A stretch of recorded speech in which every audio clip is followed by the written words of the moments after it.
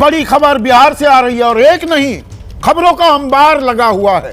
तेजस्वी यादव ने अपने विधायकों के साथ एक बैठक की, 2 घंटे से ज्यादा वक्त ये बैठक चली और बैठक में ये साफ कर दिया है आरजेडी ने वो सरकार से समर्थन वापस नहीं लेने वाले हैं। आखिरी फैसले के लिए राष्ट्रीय अध्यक्ष लालू प्रसाद यादव को अधिकृत कर दिया गया है। लेकिन उससे भी बड़ी खबर जो आ रही है, तेजस्वी यादव ने अपने विधायकों से कहा है कि बिहार में खेला होना अभी बाकी है। अब किस खेले की बात कर रहे हैं? साथ ही साथ तेजस्वी ने यह भी कहा कि नीतीश हमारे आदरणीय तो हैं, लेकिन कुछ चीजें उनके नियंत्रण में नहीं हैं। साथ ही साथ अब 4 बजने को हैं, बल्कि 4 बज चुके हैं, 4:01 हो गया, तो बीजेपी के विधायकों की, सांसदों की भी एक बैठक हो रही है पटना में, जो अभी शुरू होने वाली है। तो अभिषेक उपाध्याय मेरे सहयोगी इस खबर को लगातार ट्रैक कर रहे हैं। अभिषेक, तेजस्वी का यह कहना कि बिहार में खेला होना अभी बाकी है और कुछ चीजें नीतीश के नियंत्रण में नहीं है। आप नीतीश कुमार के घर के बाहर ही मौजूद हैं, क्या कहना चाह रहे हैं तेजस्वी? कुछ बड़ा खेला होगा या उम्मीद के सहारे ही अब तेजस्वी की दुनिया कायम है?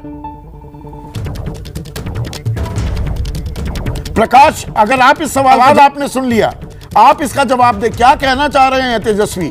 कोई बड़ा खेल अभी होना बाकी है, संभावनाओं का ही खेल होता है राजनीति, या बस ये उम्मीद के सहारे उनकी दुनिया कायम है?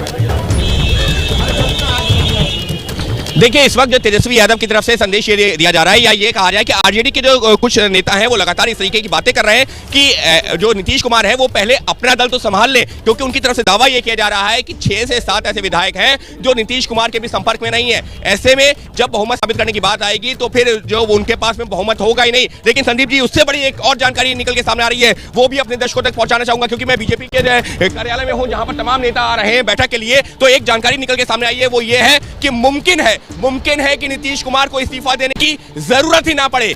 कैसे?